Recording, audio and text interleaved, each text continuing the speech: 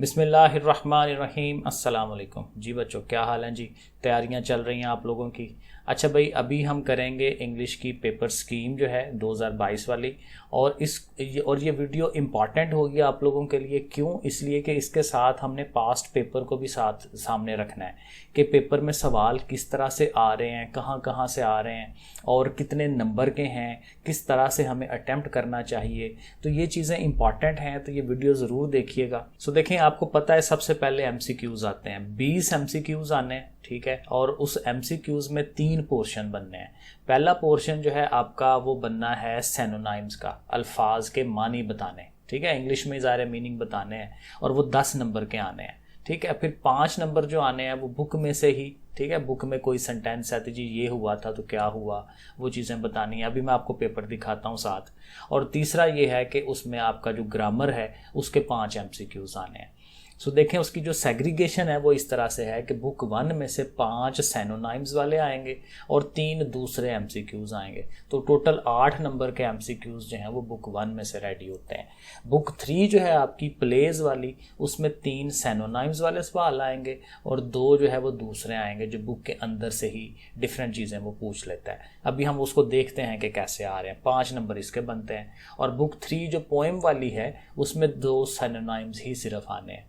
और बाद में ज़ाहिर है कि 5 एमसीक्यूज़ आपके ये जो फॉर्म्स ऑफ वर्ब है वो ग्रामर जो है वो वहाँ से बनना है।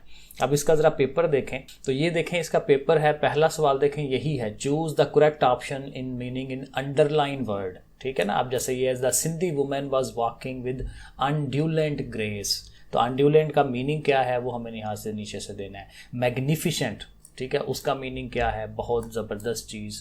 पॉडल क्या है, ये मीनिंग्स इनके हमें बताने हैं। तो ये देखें कितने सवाल हैं, ये 10 सवाल बन रहे हैं। उसके बाद आगे बन रहा है choose the correct answer and fill up the bubble sheet. और ज़ाहिर है कि ये बुक में से आ रहे हैं कि जॉन इज़ अ डैश, कि जॉन क्या था, मर्चेंट है, पायलट है। द गर्ल सा in the flash of lightning, lightning में उसने क्या देखा, ठीक है ना। तो ये 5। और उसके बाद जो आखिरी है कि choose the correct form of verb. Charity dash at home, begins at home, ठीक है, ये मुहावरा भी है।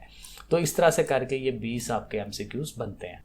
उसके बाद सब्जेक्टिव पार्ट में आए तो सब्जेक्टिव पार्ट में जो क्वेश्चन नंबर 2 बनता है, क्योंकि क्वेश्चन नंबर 1 तो एमसीक्यूज का हो गया ना, तो क्वेश्चन नंबर 2 जो है वो शार्ट क्वेश्चंस का है, आंसर्स देने हैं। बुक 1 में से जी 9 शार्ट क्वेश्चन आने हैं और उनमें से 6 अटेम्प्ट करने हैं। 3 की गुंजाइश आपके पास मौजूद है और ये 2-2 नंबर के हैं। ज़ाहिर है टोटल 12 नंबर बनने हैं।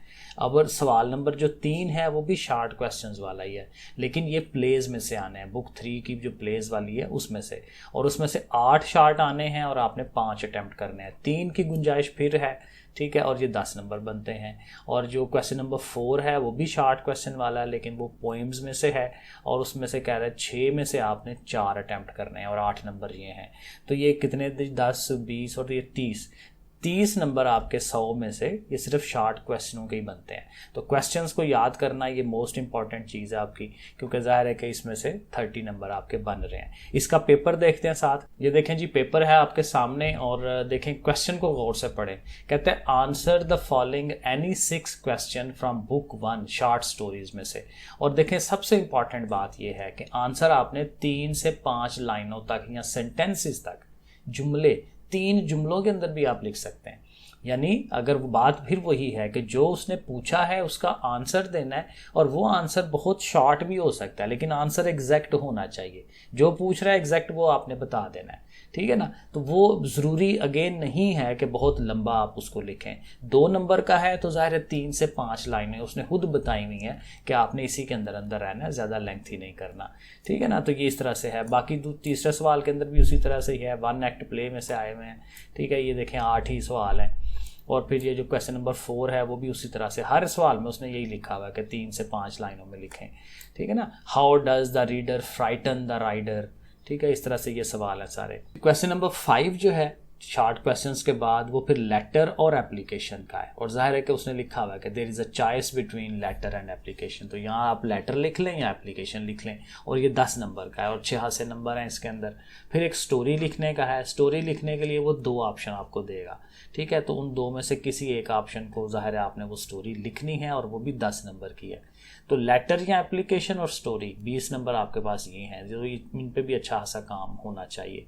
पेपर देख लेते हैं, लेटर एप्लीकेशन वाला देखें। क्वेश्चन नंबर 5 उसने लिखा हुआ write a letter to your father explaining to him the cause of your failure in the examination. पीछे आपने जो पेपर दिए हैं तो उसमें अगर आप फेल हो गए हैं तो उसकी रीजंस क्या हैं, तबीयत खराब थी, ये हो गया, वो हो गया, ठीक है ना, वो रीजंस बताने हैं लेटर में।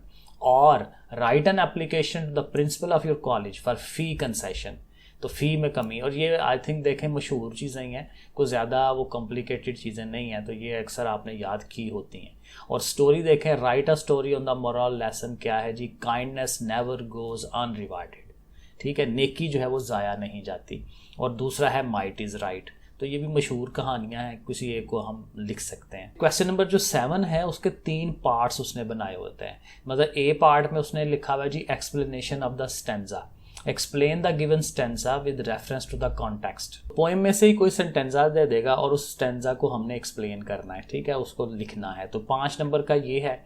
फिर पंक्चुएशन है, पंक्चुएशन के लिए उसने ज़ाहिर है कोई एक पैराग्राफ या 2-3 लाइनें, ठीक है, छोटा सा उसने ले देना है। और ये बुक 1 में से है, शार्ट वो जो स्टोरीज़ वाला है उसमें से आएगा, 2 लाइनें 3 लाइनें, और उसको पंक्चुएट करना है। पंक्चुएट के कामे लगाने हैं, कहाँ फुल स्टॉप आता है, कहाँ कामा आता है, कहाँ पे इन्वर्टेड कामा आता है, कहाँ एपोस्ट्रॉफ आता है, ठीक है। तो वो चीज़ें लगा के तो 5 नंबर इसके हैं।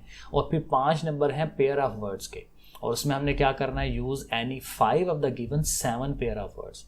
7 दिए होंगे और उनमें से 5 को हमने एक्सप्लेन करना है with the help of sentences, जैसे 10th क्लास में करते थे उस तरह से।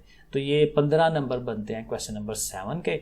और लास्ट पे एक पैराग्राफ आएगा अच्छा खासा बड़ा, और उसको आपने इंग्लिश से उर्दू करनी है। ये थोड़ा बाज़ का मुश्किल लगता है, क्योंकि इसमें जो वर्डिंग होती है आपकी इंग्लिश की वो थोड़ी मुश्किल होती है, थोड़ी एक स्टेप आगे गई होती है।